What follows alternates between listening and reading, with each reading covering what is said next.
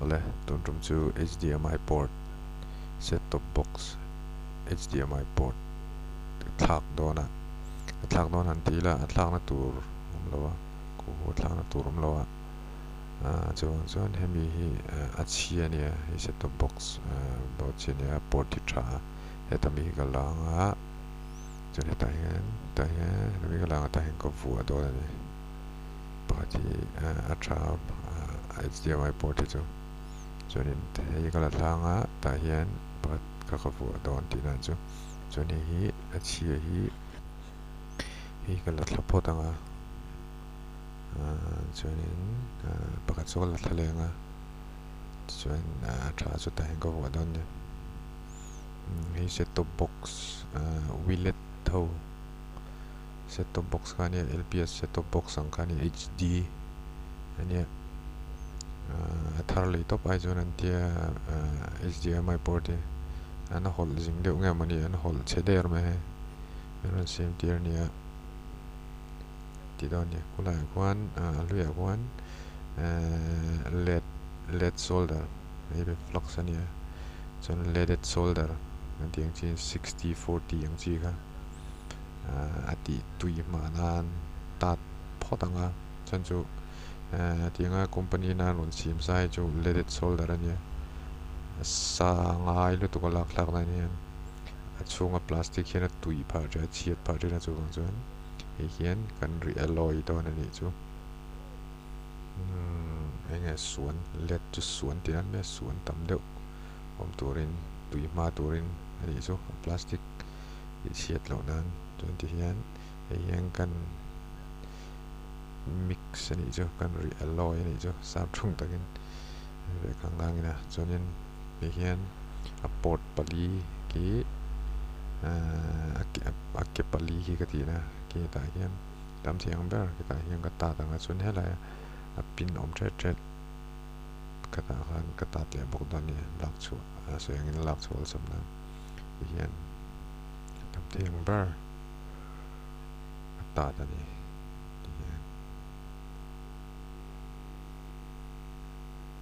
a thar hi set top box sang ni zonga vel ani HD chu sang ni zonga vel ni ka ringo chon mi lom te di nga tlang sak te don ta chon an van nei tla matin ni bokina zali nga lekin ka tlang sak don wa thar le ai chon laman fe ni hian so yang kan a pin te ya kilai pin te hian 60-40 hi ka tat lenga solder ki leaded solder ki san chu heavy port taki chu a tha chuang lo ma se lak tu ri chu tha chuang lo ma se ki mi hian ti lak ti ol sang san chu a circuit board ki pan ro pui sia SMD na sani wa han chem kan na tur pa te lak hian na sa takin lak ti ol sam do ni chuan ti hian ki mi SMD hian heat ki 400 degrees Celsius 315 ka ti phota ma se to 300 in ka ti potina ti ki an dem le nem lo ki en berang nga ya ti nem to chuan ti hian a char ki mi port ki ron tla top me nga tui huna chuan temperature ki 350 chu ni wa in 450 ya sanga ka ti airflow ki 50 ani 450 sang bera sang dek bera o ka da ni chu ka da ki dirngot bo ki duang in la sa to lo iron in ti ka pui bo kan ni sen ju ground plane ani tui har lo tu ti hian soldering iron ka pui bo ka ti 450 ka kap bo kan ni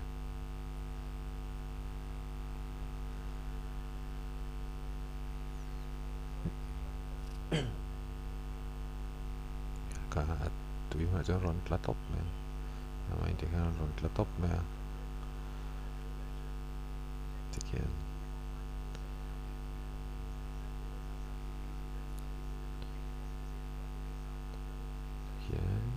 electric atlak le atlak lo te kena tikian talawa chuan pakhat zawk kan lang tur kan salvage boat ki donor boat ani chu donor boat mi donor part ki hian himdam de wala thlak ngai lo na tikian himdam de wala lak thlak tu man le tur ania ki chena kan tiang che kan antile don ni flux kan ta danga chumi no 6040 solder aha ya kan ri alloy le kan chena mi le kan process ai nang che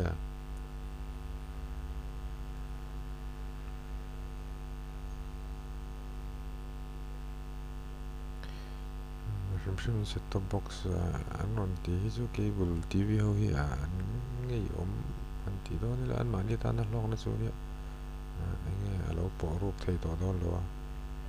ma se dik nak se chuan nin nom chuan nin nom ani set top box man vel chuna lunglei lama pe chuan zone tho ron lut le ngala ama chuan separator an jb hi no ta chuan ron lut don an ti set top box te pon ron thla ko don an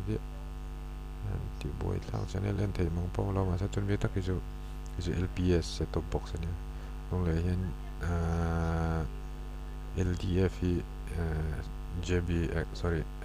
LPS hoina an sub operator an manten ya aizo lampang len set top box po he oin ang veka se zone 2 heta JB na set top box ran lo man ve wang khan zone tin cable top kha sub operator mang to na cable lung le JB cable khan li to wangin set top box po khan thlau ek to don an ti boi lang dong ko bai chuin on sin miang kan ti hian la thalenga iron in ti hian ka pui bok ka ti hian san chu ama ro mat ki chuan a ri don lo to ka chulo a board ki na to ka lau sia le a board te po ki a board ki chu kan lak tun lo a board zok ki na ti hian a ron la top ne o mai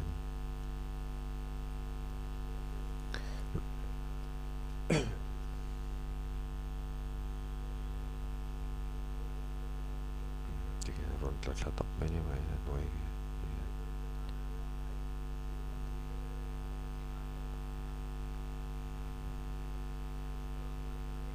kian ki kita solder Mizoram let ta bo kan ti ki mi kai zong ki ti fai ve ka ngai do na mi ti kan ti fai kan ti chuan di solder wick in kan phone kan ti ang khan kan hip fai ve to ni akete hilai pin zong kai zong ki fai te ang berin di fai ang PCB holder again ta hian kan che tiranga chuanin ti ol samdan an ti fai vel ol samdan chu ki lai pin zong kai zong ki zong ki ti fai ve ka ngai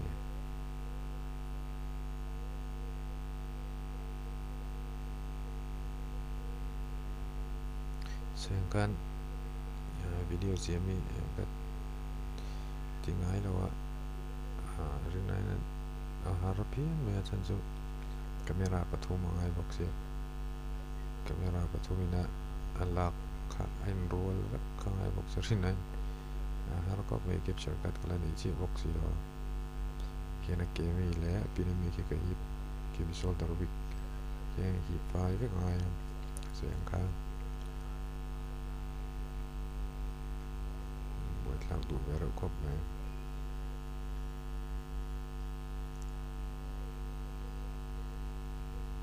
HDMI port he ti ni China chun cha tu ro ma India hin cha tu ro tlat cha tu ro sa chun stock port ko mai ti chi tin jing riu me ma pon ka thla ko to wa ta lui velami kala thina lui velami hilak mi tu ro lo pe jana bu wai thak du kop me lui te ko ha ti thina no zo chia kan ni no lo wang na chia bot chia mi te ka deal thina tian bot chia te jo mi jo apa tra trai tian kala thin ne tian a pin ki file le ngin tian anti file nga file po le than me big thingin ake an kor kan ti lai big ake big page ju a file ngai ma san ju le ma lo kai lek pon akwa kana lu thei lo wa kina kan fo la to kan ake lu na to ra ku kan lu thei thin lo ka chuan chun chete po ngai tur ne lo wa file theng bara ti ngai ni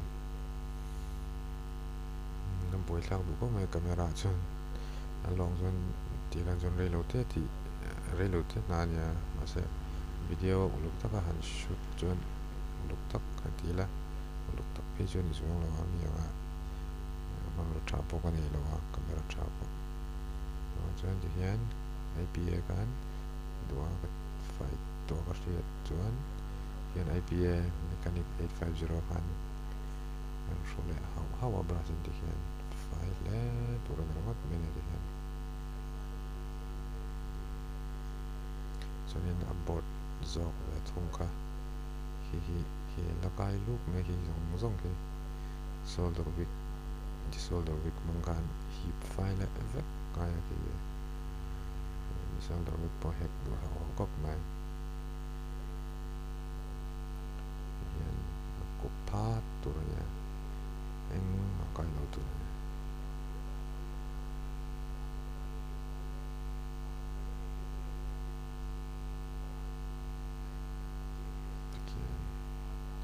kimi khugi arisel lo khop me smoky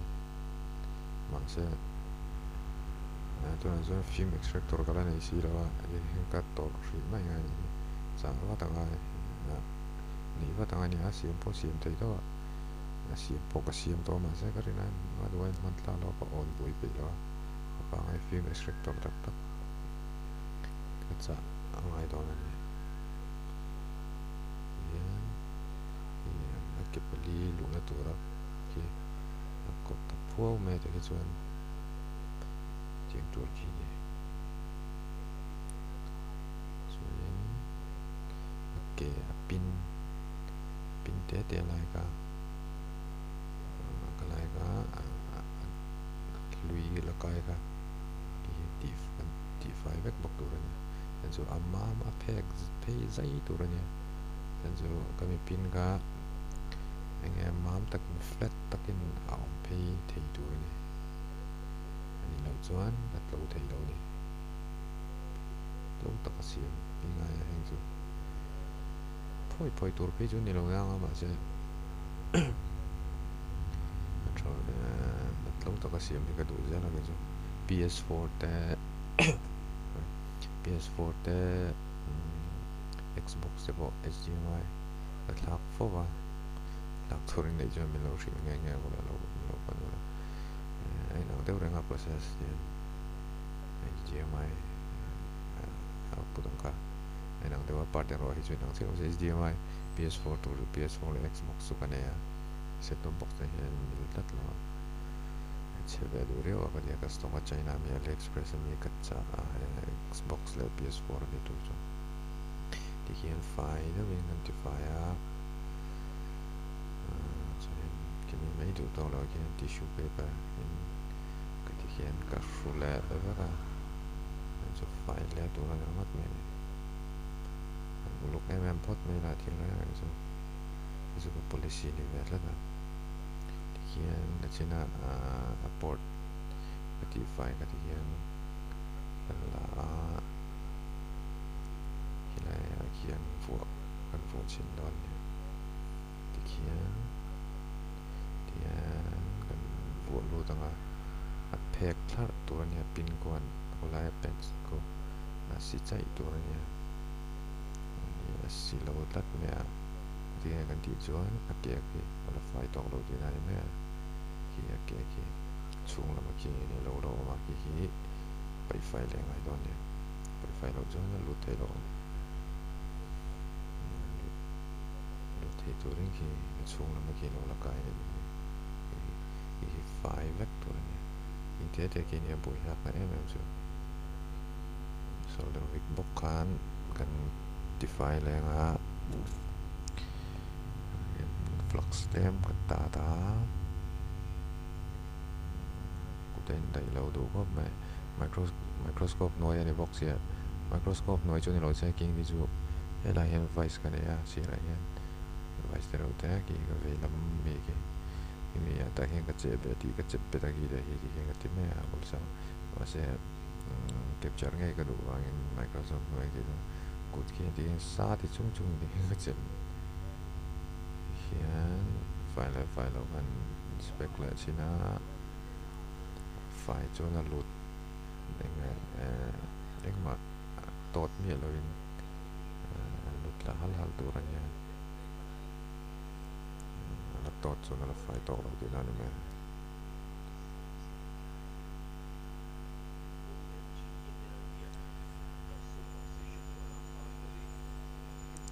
trong chu ka video ki essay do do na chia team na pro nga ka dia nga la chen chu engma skip mi lo wa beginning to end bullet top ka ti ko do che forward le skip ti le cut ti le lo mi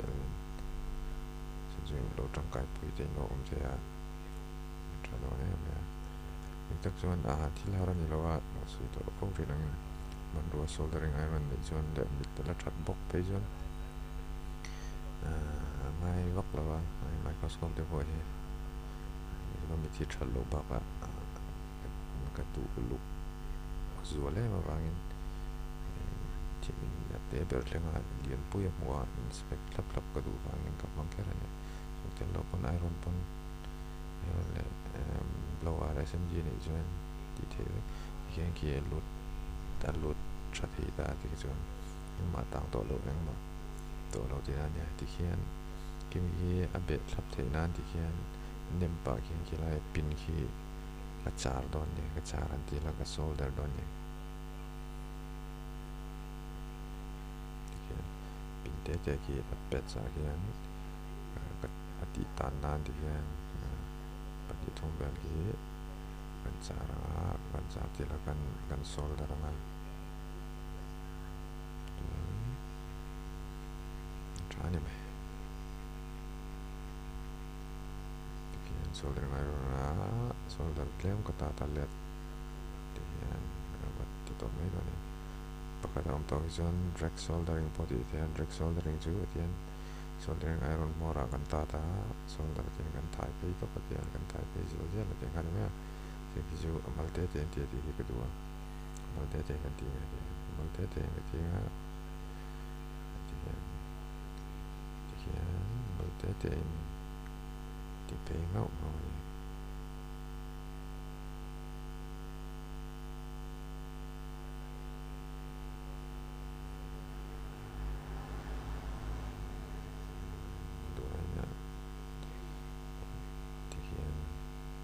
focus rawak lawa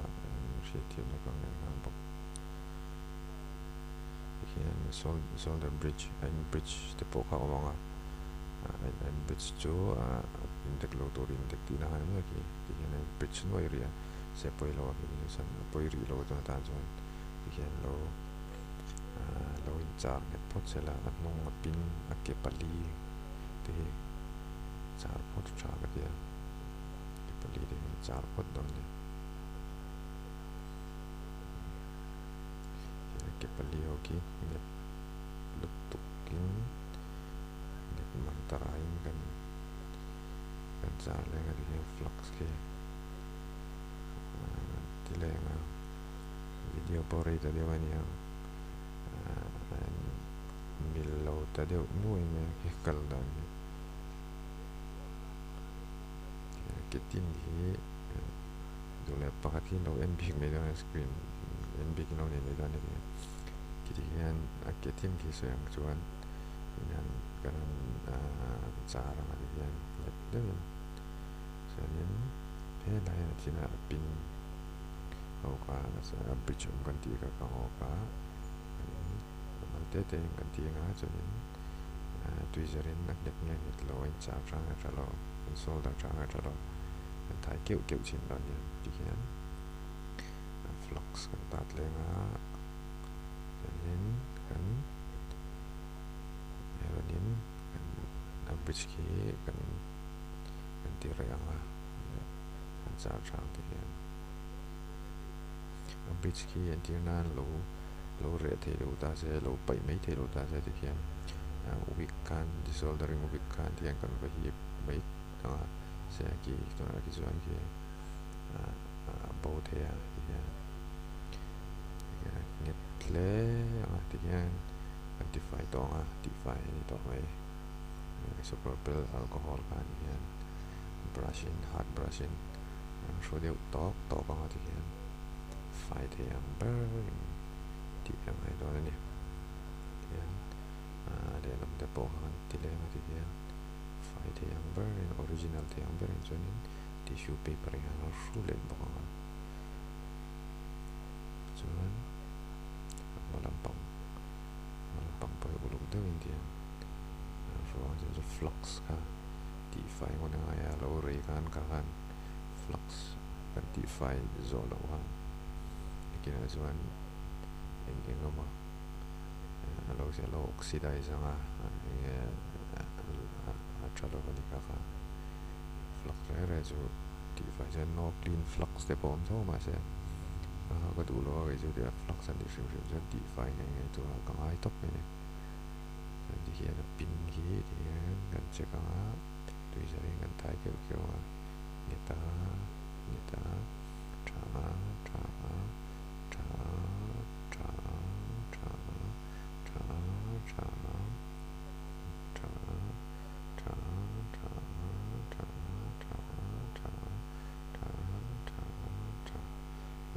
very good chalo tu ba hian last nan tissue paper in kan tile kan rule hian kan son thla zeu a hian ki hian hi fat ton ni tissue paper hian hei technique tha ba te khop na zo hi file ma mi ti ka riat ve tho ni tu mi tak ka ma de lo try to copy to nya tra copy le ka ti kan ni de me san chu box a lo king san lo tian bo tian lo king ti wan chuan in tian hona tha don ti ka chiang fit tiam be kan nau te tho nia fit tiam do fit da so ko thar lak ang che ne tra ko mai chung ka soi tong kan Lunglei om kher lo de po min ron thon thei ka ti do kha thin min ron thon anga speed enga korea amo thon anga chon min thon le zel the description ma phone number le address oma address tan chuan le min ron contact po danga then the open description ke address da hian ron thon top do nia ole kati zong kai de vai mang thau tu